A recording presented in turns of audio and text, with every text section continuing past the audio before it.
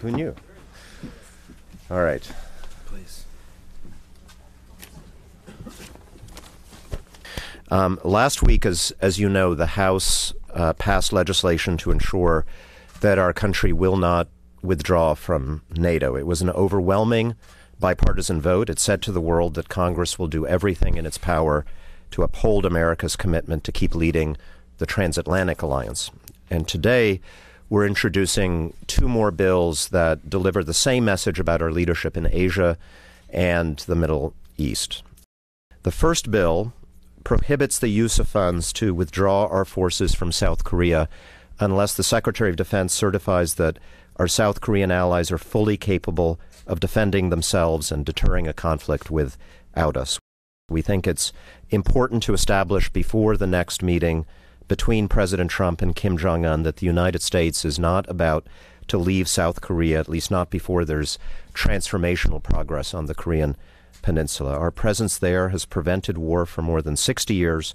It would be reckless, we think, to abandon this commitment on the basis of paper promises from the North Koreans while they continue to threaten the region with both nuclear and conventional weapons. The second bill says that no funds can be used to withdraw our forces from Syria until the administration addresses a series of questions that any responsible leader would consider before taking such an action. For example, how do we prevent ISIS from regaining ground if we withdraw? How do we protect the allies who risk their lives to fight with us there? What happens to civilians and refugees in the areas that our forces have protected? What effect would our withdrawal have on Russian and Iranian power in the Middle East? The common theme here is we take the President of the United States seriously. He has a worldview that he's repeatedly expressed, doesn't seem to see the enduring value of the alliances that we have used to keep our country safe.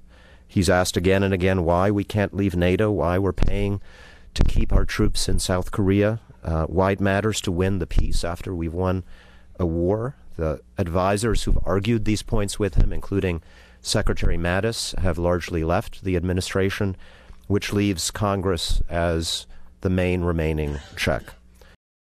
In any other time, in any other administration, there would be far greater alarm raised if a commander-in-chief were to express that attitude towards the conclusions of our intelligence community.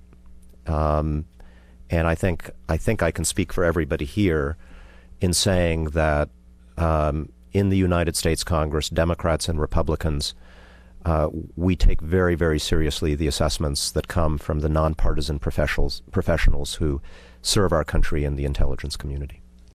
Obviously, the intelligence community is not omniscient. That has always been the case. As the old saying goes, there are no intelligence successes, only intelligence failures. But they are doing a very difficult job, and they are actually trying to advance the president's priorities. And so I just would say that for someone to suggest that, for example, Kim Jong-un is not yet committed to denuclearization of the Korean Peninsula, which is obvious in my mind, it's not an attempt to undermine the president in any way.